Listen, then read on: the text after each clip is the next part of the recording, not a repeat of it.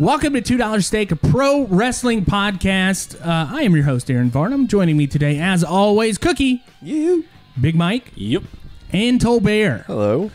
And you know, as last June, we figured out how to lose some listeners on the podcast, and we are going through our annual purge once again on $2 Steak. Last June, we talked about the gays. This June, we're talking about the blacks. We are losing listeners left and right here on $2 Steak.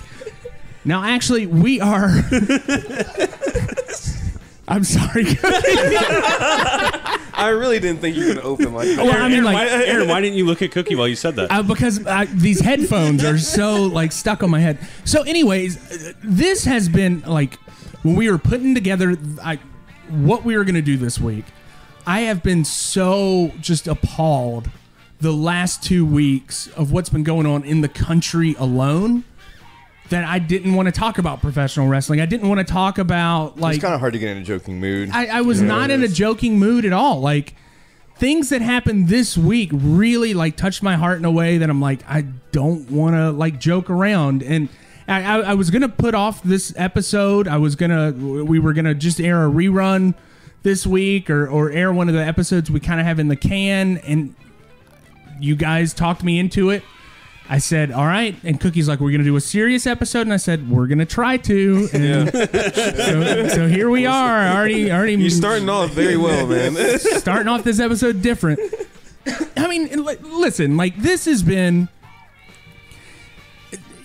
I was reading an article this week, and they were saying this is the cool period. Quote, unquote, cool period. It's the period in books and in, like, history lessons that people are going to be studying years in the future. Like, it's cool to study and learn about. It's not necessarily cool to live in that time period. Yes. But we, as Americans, as human beings, are living through that time period right now. Yeah. And when we were talking about kind of the, like... I was talking to people this week, and you've seen a lot of stuff about police brutality, about racial inequality, and... You know what's crazy, man? Like, we had an example of it on this show in my neighborhood this past year. And I all I could think about was that time Cookie got pulled over just for being in his car. Yeah, He was checking his text messages, and he got pulled over. Yeah. And Cookie, you were terrified. Like, you were telling me, like... Absolutely. I was absolutely terrified. I was just sitting there. I wasn't doing anything wrong. I was just, and it's it's one of those things where, you know, the joke is, at least now, it's like coronavirus and racism. You don't believe them if they don't affect you, right? And so like just having that general experience, like through Cookie, a year ago, or not even a year ago, you're just kind of like, no, like that it's real, and that's kind of I felt the same way about it as you did in terms of like the week and like it's just weird. Just weighed on me the whole week. Yeah, and so, you know, I've kind of been sitting there like, you know, especially now that it's kind of a lot more peaceful across the country, and, you know, I've been wanting to go down and like kind of, you know, do whatever it is you're doing down there and just kind of like represent and, you know, be present in the moment and, you know, show people that, you know, you agree with them and all that sort of stuff. And I struggle with that because I'm still not comfortable going down into large crowds. And So when I found out, like, our friends were doing it, you know, I was like, dude, that's awesome. Like, and I really want you to know that that's really cool. So today, I think Cookie may be the only person that know that I did this. I've never been good in big crowds unless it's WrestleMania or something like that, where, like, I'm going there for a purpose to watch professional wrestling, or I'm going there to see a show. Otherwise, like, I don't really like crowds. You're not even comfortable when you get there. I'm not comfortable when I get there unless I've got like a Xanny in me. But I went to the Dollar General and bought a shit ton of water, like bottles of water, because it was a hot day. It was really hot today. I drove down there. I donated it to it. I talked to the organizers, and I was like, hey, I just want you guys, thank you guys so much for what you're doing. You guys are doing a great thing. I want you guys to be safe. I want you guys to be hydrated. It's hot out there. So, like, doing little things like that just to kind of help out the cause of what's going on in this country to bring that awareness. Yeah, there's been a lot of that this week. I've been downtown every single night since. I wasn't down there Sunday when it really popped off and went crazy, but I've been down there every single night since then. And it's been really peaceful. I've been a lot of people, but very well organized. Big shout out to WPD, the way they've been handling things. Yeah. Been pretty chill. But yeah, lots of people from the community helping out the protest and keeping the movement going. So I went there a couple days ago. You actually marched, right? I didn't march. I watched from a street away. Not a street You're away, not going to be like, losing any across the weight street. that way, Cookie. Well, no, definitely not. But It's the million man just stand over there.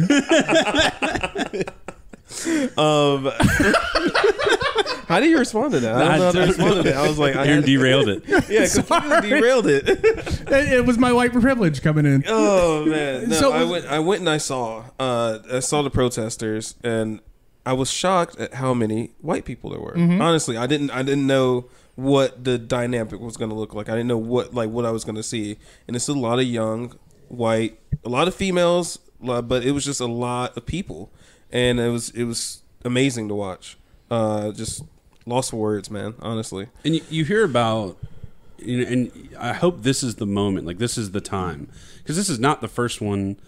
No. That not Probably not the the first last time one. that like somebody's just like murdered by a police officer, Right. And I think it was so visual this time because not only was it a clip, not only like Rodney King was a really grainy video of them just beating him up and he didn't die, and it sparked that kind of huge thing. And then Ferguson happened. Yeah, well, and Ferguson was a little more, but there's still no video. So then it compounds because you had what was his name? The guy in Georgia, Right, gets right. The gunned one that down was- in the street by like a couple fucking rednecks, and then a month later you get this 8.5 minute video of a man getting murdered by a police officer. Yeah.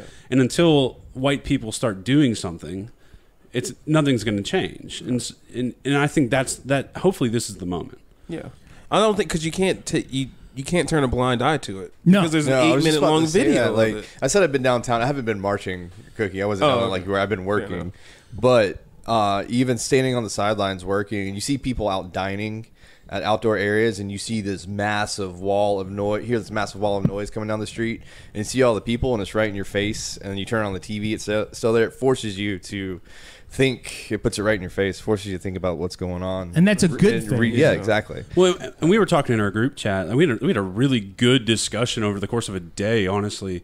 And I'm hoping that too, with all the videos and all this sort of stuff, that every time this has happened before, Colin Kaepernick or Ferguson, all this sort of the origination of the Black Lives Matter thing, those who were opposed to it or those who just didn't care enough or who just thought it was just a thing that it wasn't that big of a deal were able to change that narrative. And they were able to kind of turn it into something it's not or it wasn't. And I think in today's day and age, everybody's recording everything. And so they were able to kind of turn it around. And so you saw those agitators, you saw the provocateurs who were out there purposely breaking windows and trying to incite violence and riots and all this sort of stuff. And over the last week, everything, I mean, you don't see those across the country. And I think hopefully it's because those people realized, hey, we're getting caught doing what we're trying to do. And, that's where, in Philly, they had a massive march. DC had a big march today. Wilmington had the biggest group they've had last night. So Right. I'm hoping that steam and that momentum continues. Yeah. I think that this is a very important time for the American people. And when everything was kind of happening and things were kind of stirring, you're seeing people that were pent up from being inside for 3 months. It's like the perfect mixture of You got, you still have 13 to 16% unemployment. So yeah, you have people that either don't have a job that they're worried about because they're fired or they're laid off or furloughed. They don't have anything to do tomorrow. And it's this kind of pent up just exasperation of everything. Right. And, people are, I think, hopefully realizing that, something is affecting them and they have the ability to actually go out and do it. Because when we get weighed down by the man, and you have a 40-hour week right. job and you got to be at work at 6 a.m. the next day, right. it's harder, particularly for white people, to go out on a limb and do that sort of thing because, you're worried about the what ifs and, what if I get arrested, or what if I get, and I can't go to work tomorrow, that sort of thing. I'm telling you, man, like I have wanted to get off social media for the last 2 years. Like the way that social media has been the last 2 years has been so, like, I feel like that's a part of my anxiety, that like some of the stuff that like the weighing down, it's like watching the live protest last weekend on the WECT stuff. You're seeing people just say hateful comments on it, just very ignorant things. And they're sitting on their fat ass on a couch miles away. Well, they ain't social distancing there, and I'm like, well, man, you guys weren't social distancing when you were trying to open us up 3 weeks ago. Well, Memorial Day. This is what pisses me off too. 3 weeks ago, you have a bunch of white dudes marching with guns into the fucking state house. Yeah. And then last weekend, they're fucking pepper spraying, they're paintballing people who are sitting on their porch. Yeah. And what was your thoughts when you were seeing the guy from CNN get arrested, or all these videos of these media people just getting brutalized? It did not hit. Like I saw it, and it affected me because these are people, like, I worked in news for 7 years of my life. I worked in news. I was the cameraman out there with the reporter covering news stories wherever we were at. One of my best friends works for NBC, or not NBC, CBS, like national news. He is on every 6 o'clock broadcast. And it didn't get me until one of our friends wrote, "That could have been you, Aaron."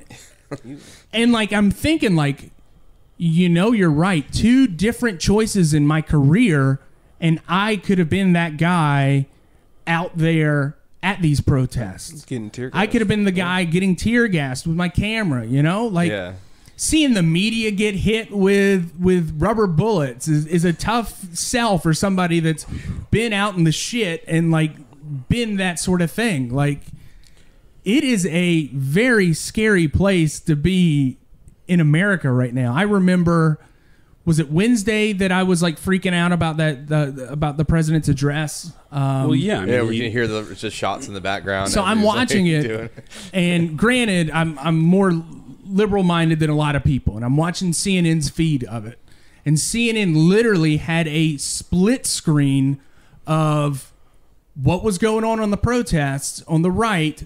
And then on the left side of the screen, they were having the president's address. And the president walks up to the podium and he starts talking. And shit starts happening in the protest. And you're watching it and you're like, wait a minute. They are literally shooting bullets and tear gassing these protesters while he's talking about law and order, trying to get, like, to bring in the military. And I'm like freaking out. I'm like, this is what I've seen in the Purge movies, what I've seen in like all these like horror movies of a dystopian future. About to grab the go bag and the machete. And I'm texting the group. I'm like, this is it, guys. This is weird. To get real. But honestly, shit is getting down. Honestly, we need that. We need white people to be scared a little bit. Right. Because if I'm parked on the side of the road trying to pull up my GPS, cops aren't going to do shit. No. Well, you're also 6'4". No, but it's you know what I mean though. Like, I know exactly what you mean. And not all cops are bad, but it becomes a systemic thing, and that's what we were talking about in our group chat. It's like, it's not singular incidents. It's the fact that in that group of 4 people that were arresting George Floyd, one of those guys was a rookie, and one of those guys, it was his 4th day on the job. That's insane. And they're not going to stand up to a 19-year veteran. No. And I get frustrated because it's that kind of, not cliquish, but it's this like hierarchical kind of thing where you don't speak up to the guy who's been there longer than you. Well, it definitely is cliquish too, because those 57 guys from Buffalo this week, when they all decided to step down once those 2 guys got called out for pushing that guy over. And that's the thing. It's like, and they only quit some special task force. They didn't quit the force. But still. But the fact that you still see that, and it's still so, it's like, that's what we're fighting against. Like, that's what is wrong with America currently. You know what? Something I saw that was interesting was the fact that police officers only have to have like 850 hours of training. That's insane. Which is insane. That's it. Just about 850 You don't hours. even need a college degree. You can come from the like middle of buttfuck nowhere, never met a black person in your life. You can move to Wrightsville Beach and get a job as a police officer, and right there. Like, and you know what? A barber has to go through about 1,500 hours. 1,500 compared to 850. What got me was I was reading something online similar to that, Cookie, and it was this picture of a Marine, and he had a can of dip in his mouth, and he's like ragged. He probably hasn't showered and all this sort of stuff. And it's like saying like, if they can detain this suspect in a foreign country and not kill him, like why can't police officers do that? Or I saw on my Facebook somebody was like, I did 2 tours in Afghanistan and killed less people than that guy in Minneapolis. Jesus. That's the scary thing about it, man. To be serious, I mean, it's scary to be black. It's the honest truth. I mean, like, I go outside and I'm like, what could happen? What could happen? Like, I had a cop right behind me when I was on the way to your house, right? And I was freaking out a little bit. I was just like, damn, like he could pull me over right now. Like this could be it. And like, that's the scariest thing. And that's the thing. Majority of people's interactions with cops aren't great because you're getting pulled over, all that sort of stuff. But yeah, to live in that kind of, and I'll never know that. Exactly. I have patients. I've treated patients. And the thing I like about my job is I treat everybody from multitudes of backgrounds and regardless. Like I've treated old money Southern people, and I've treated guys who collect cans to get their food for the day, and you just don't understand that kind of rational kind of thing. And some of these older white people are like, oh, I wouldn't go to that part of town. That's a bad part of town. It's like, when I drive through there, like, I lock my doors and roll up my windows, and it's like, what do you think black people feel when they're near cops? Like that's exactly when they're in the white part of town, and people are looking at them. Yeah, exactly. Like, what are you doing here? I mean, it's so frustrating, and like I get so upset because I feel like I can't do much. I can't do and I'm guilty of it. I'm that white guy, and I got a job, and I got a family, and I'm like, I can't go down to the protests and march, and because if I get arrested, like I don't go to work tomorrow, right? And so like, and you've got 2 kids, and I feel guilty because of that. But we're doing something now. And that's the good thing about it, is that we're using our platform now. We joke we have a small platform, but if this just helps, encourage one person or change one mindset, I really hope that actually, I think it would be beneficial, and that's why I was pretty adamant about us doing something. Right, yeah, and we still can do something. And I mean, I guess even after the protests are over, just if someone says something wrong, stand up. Yeah, well, I'm guilty of it. Like, being a bartender, I hear it, and it still surprises me day in, day out, like some of the stuff, people saying. Sometimes you're like, all right, I'm just going to pretend I didn't hear that and move on, or from a family member at Christmas time or anything, just say, hey, man, that's, don't be silent. Just say, hey, that's not right. And it's funny. It's a new era. Aaron was talking about like social media and all this sort of stuff. And I've not done it fully on social media, but I have started just being that guy that's like, you're full of shit. I did that last night. And just calling people out. I did it, to a family member on coronavirus. And then like, I'm willing to do that. And I think that's where I'm going to kind of make my stand a little bit is, it's taking me, I'm an introvert. I don't like conflict as much and all this sort of stuff, but I'm going to try to start calling bullshit when I see it. I did it last night. Some guy was like sending out like the traditional, like, oh, this is black on black crime. Like, well, this is black on white crime. And like, it just didn't feel right. And I like looked and I'm going on all these stuff, and like his numbers were not like numbers that are vetted, Yeah. So like I rebutted, and I like sent him this big article on how that's like a very, that is a tactic that white supremacy uses to do stuff, like to recruit, to instill that fear into people. And if you just call people out for shit like that, like just little things, the guy it goes like a long way. It makes didn't people respond, but like still somebody else might saw make it. them stop and think just for a second. I'll tell you one thing that I do like, though, is that social media has brought some stuff to light. Like, one of the things was the UNCW stuff. Like, oh my god, UNCW posted some stuff that was not. it didn't highlight what was going on in the world. They tried to go around it and say, like, post something happy that you're feeling right now, or like, just bullshit like that. Yeah. And we called them out on it. I was one of the people that called them out on it. And when that happened, Mike Adams, it started to trickle down. The whole Mike Adams thing happened. Had we done an episode, I just found out. I go to UNCW. I just found out about this guy. I do too. Oh, you've never heard of Mike I was Adams? going to cut a promo on Mike Adams. You on the know what's funny? This week I didn't even get to say like it. the fifth time I've been I've heard his name I've been reading on Twitter all of his tweets, and I look at followers.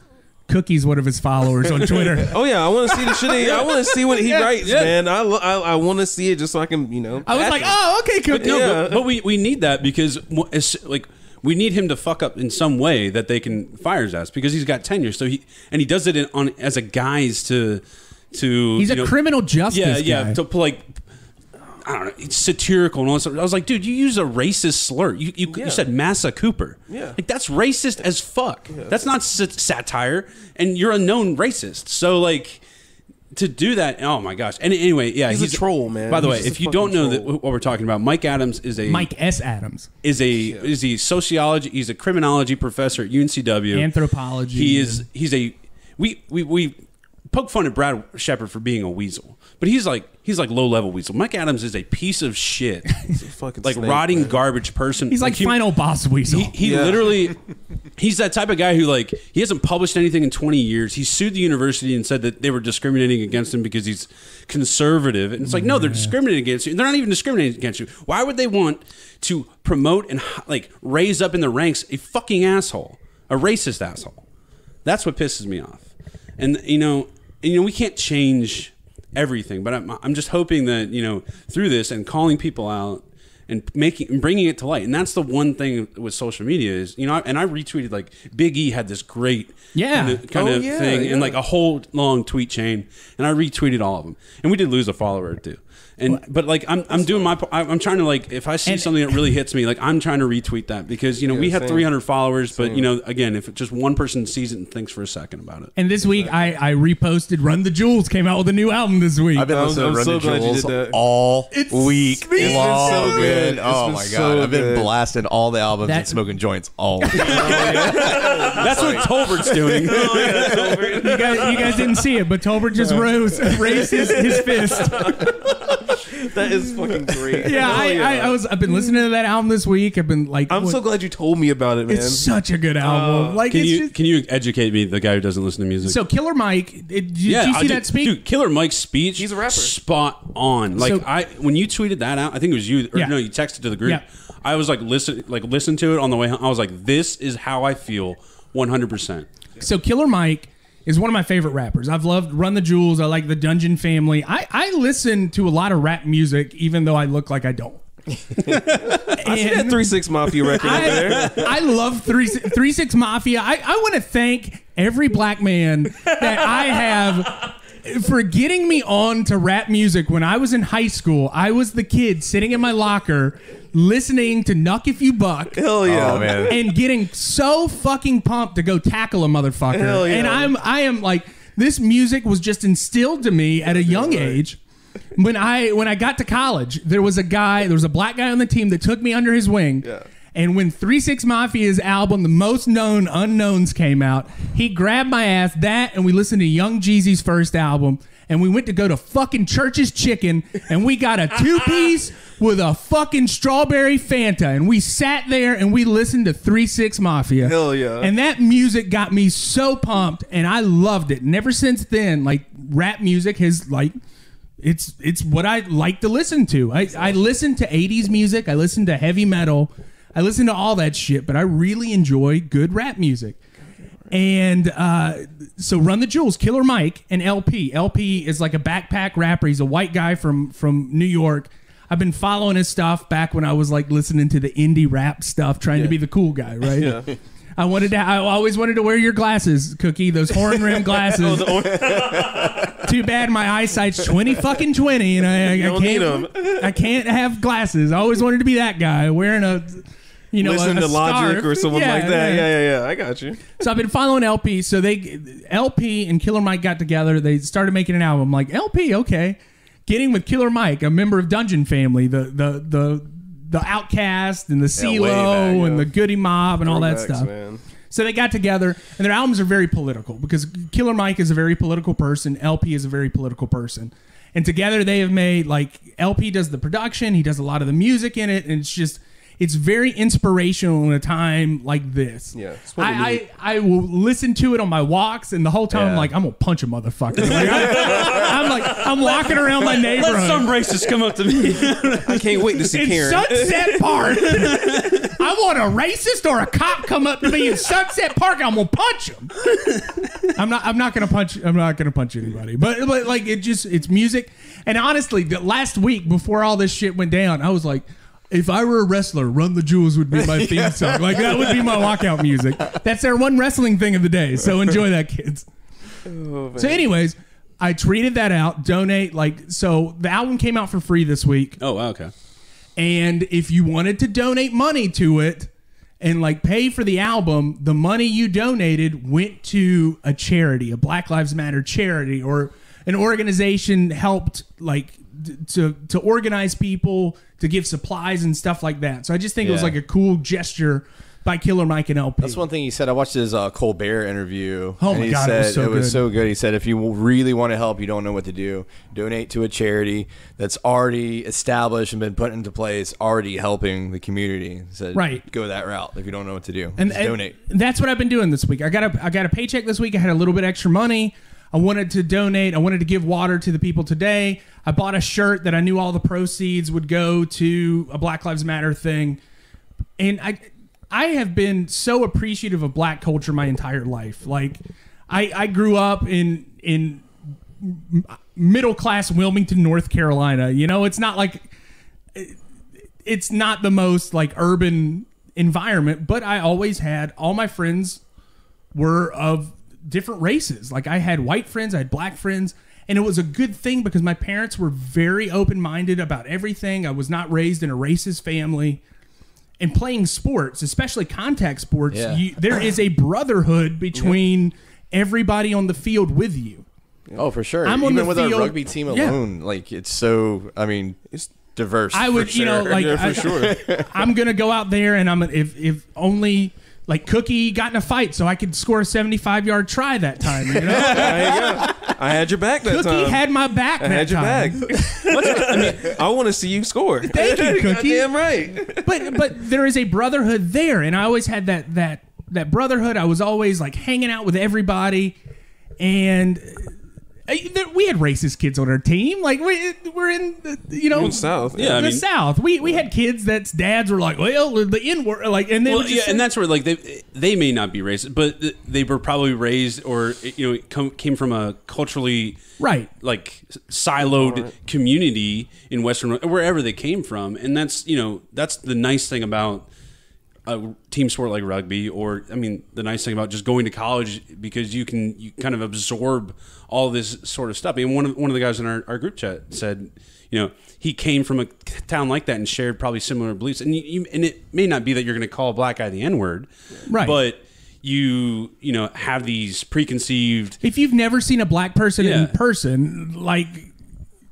But that's where, people getting out of their element and like kind of exploring, traveling, going to college, playing group sports. It's really important to kind of do that sort of stuff, because otherwise you just get into this like cyclical kind of thing, and you're forming opinions about groups and all that sort of stuff that you know nothing about. Oh, wrestling fans I still fucking hate. I will tell you that. We know a lot. We know a lot about wrestling fans. Except for the ones that listen to $2 Steak or Pro Wrestling Podcast every Tuesday. First nor the last time he ever says that.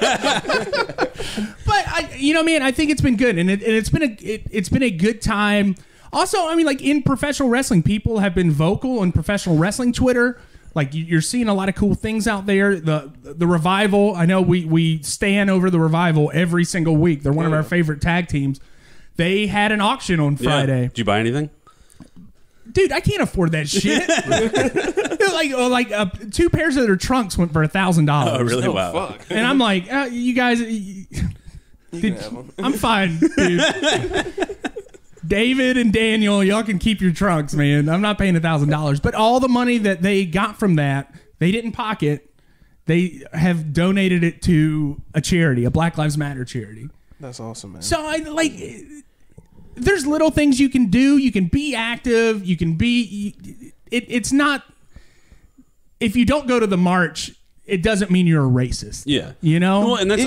I go ahead. posted a thing on. I haven't been. I used to never post anything on Facebook, but I've been a little bit more vocal around these sorts of things. And I posted an op-ed from the New York Times. I basically just said, if you feel like voting is inadequate, don't feel that way. Like, that's how we're going to actually start changing these sorts of things. Because ultimately, if you want to hold this systemic kind of police brotherhood accountable, the only time you can do it is retroactively, and it has to be from a judge. Well, guess what? You get to actually vote for judges.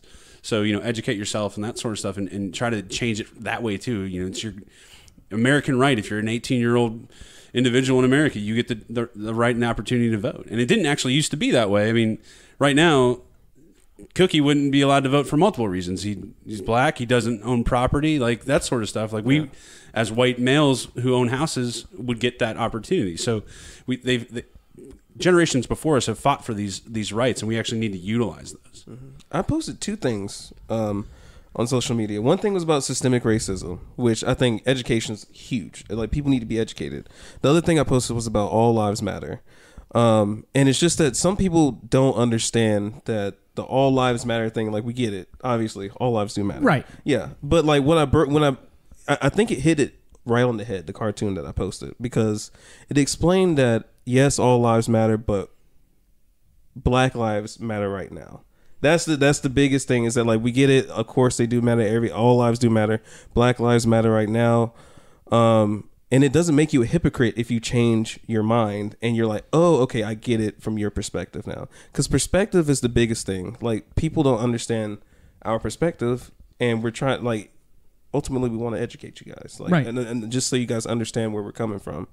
And I think that cartoon just kind of hit it right on. Well, yeah. Was it that cartoon, or I saw another one too? It's like, yeah, Black lives matter, all lives matter, but Black lives are at risk. Yes. You know what I mean? Yes. Like that's that's the sort of thing. And one of our friends also posted something, and I'll paraphrase it, but it essentially was like, if somebody comes up to you and says, "My grandma just died," and you go, "Well, all grandmas die." It doesn't just because it's technically right doesn't mean it's like comforting, or like, you clearly, that's a cold statement to make. Exactly. Like, you would never do that. Yeah, you would never do that. And that's exactly what's happening right now with the whole all lives matter thing. It's like, you just kind of, you're cutting us out of it. And that goes back to what I was saying earlier, is like, people just try to change the narrative. Exactly. Like just because, I just get so frustrated about it. I do too, man. But you know what, man? Like, things are happening. And I hope they continue to happen. I hope this shit happens every day through November, through December, through till something actually changes. Yeah. And if not anything, it is bringing issues to the forefront that we have swept under the rug for decades and decades. Oh my God. Do you know what so like, the Black Wall Street Massacre. Have you ever heard of that? Yes. In 1921? Killer Mike did an episode of that. Exactly. On Trigger Warning. Yeah, exactly. Have you ever heard of the Wilmington coup? Yeah. Yes. I was just about to say that. A lot of people don't know about that. Google that. The first and only successful coup of a government on United States soil happened in Wilmington, North Carolina. Yeah. What was it? 1898. So the black community in Wilmington was thriving. They had a bunch of, like, the mayor and a bunch of representatives in the state house and all this sort of stuff, and the huge thriving black community.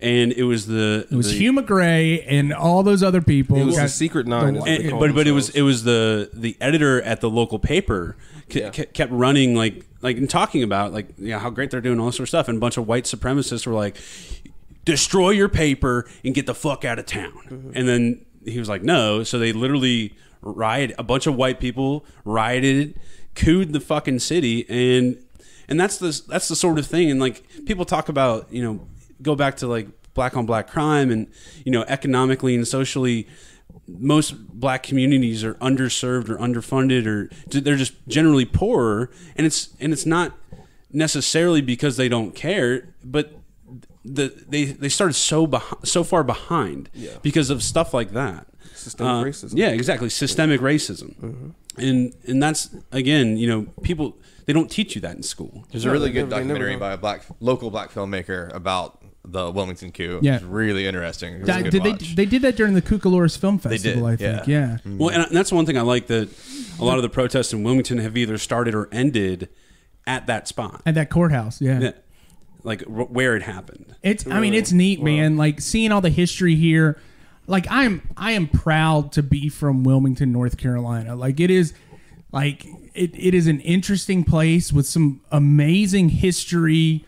My family's been in this area since the 16 and 1700s. Like it is an area that like I take a lot of pride in, and seeing the social activism here in Wilmington, and seeing just people speaking up, people that I grew up with. I'm seeing them online, like fighting the good fight and calling people out. Like it is a good place to be, and this is a cool time to be alive. That's what we need to do. We need to just generally be a good person, speak up against what's wrong, pay attention to what's going on in your community, and like you said, vote for change. Educate. Just be open-minded. Just be open-minded. Pay attention to what's going on around the community. Yeah, open-minded for sure. Because like you were saying, people are so scared sometimes about changing their thoughts or their mindset or their opinions. And that's one thing I hate, particularly at the highest level of like politics. It's like if you said something in 1988, they hold you accountable for that. And it's like, yes, you should be held accountable, but if you change your mind or if you change the way you view something,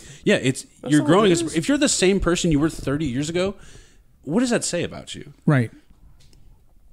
Exactly. All right. Well, this has been. I'm sorry. Go ahead. No, go ahead. All right, Cookie's adjusting his seat right now. Cookie's about to talk to me. No, it's just that like I just want to thank all of you guys for always making me feel welcomed. Like even in the rugby community, man, I've always felt welcome. I was never worried about anything. Like coming down to Wilmington, I had no clue about anything about rugby. I had no friends down here. So when I found rugby, I was just so happy that like nobody's like racist. No one's like I don't know how to describe it right now, but like when you're fighting with somebody, when you're battling with them, you create this bond that is so hard to kind of break. And that I would agree with you there. But I mean, it always just like I don't know, it just always made me feel good. It always made me feel like I had a place, and I don't know, I'm just so happy about that. I'm so happy about. When I went downtown and I saw the protesters, like there was, like I said, it was like 80% white, and they were fighting for us. They were fighting for my people, and they were doing stuff that like we can't do for ourselves, because if we do that, it could be a completely different story. Right. It could be like fucking anarchy almost. But like I don't know. I'm just so happy that the people are out there protesting and just speaking their mind, man. The last year and a half, like these four guys that are sitting in this room, like I've become closer with you guys than I have with like it is talking about wrestling. Like we share interests together. We share like rugby games together. Yeah. We're watching wrestling together and eating food and just talking and getting to know you guys over the past year and a half. Since I started playing rugby since 2017, like it has been such a good thing. And Cookie, you're one of my best friends. Like it's 100%. Like I enjoy talking and hearing your perspective on anything. So it has been. We're glad to have you with us, Cookie. Yeah, and it's just never been about race, man. That was the biggest thing about when it came to rugby, when it came to this podcast. Like nothing was ever about race. It's just about having a good time. Right. That's it. Just having a good time. And that's what more people should be like that. And I mean, like I guess we could even say that you popped a bubble this week. Like you I did. That was my first protest. That was your first protest. There we go. There's another wrestling reference. There we go. Another podcast thing. All right. So on this week's episode, if you've listened to this whole thing, we thank you, and we love each and every one of our listeners, except for the wrestling fans, because we hate wrestling fans. I'm just kidding. Like I'm literally just kidding. We are all wrestling fans in this room. But thank you guys for listening this week. We will have a regular episode next week. We will be back to jokey ha-ha talking about professional wrestling. Tolbert will get high and talk about a really terrible wrestling match. Cookie will watch two Japanese guys beat the shit out of each other. Yeah. Mike will talk about stuff he doesn't know, like the names for the wrestling moves. I'll make fun of everybody and also get made fun of. It'll be a regular $2 steak. Thank you guys for listening. Zane, I hope we will find that link to your match at some point. Like maybe we can talk about that at some time. But thank you for listening to $2 Steak, a pro wrestling podcast.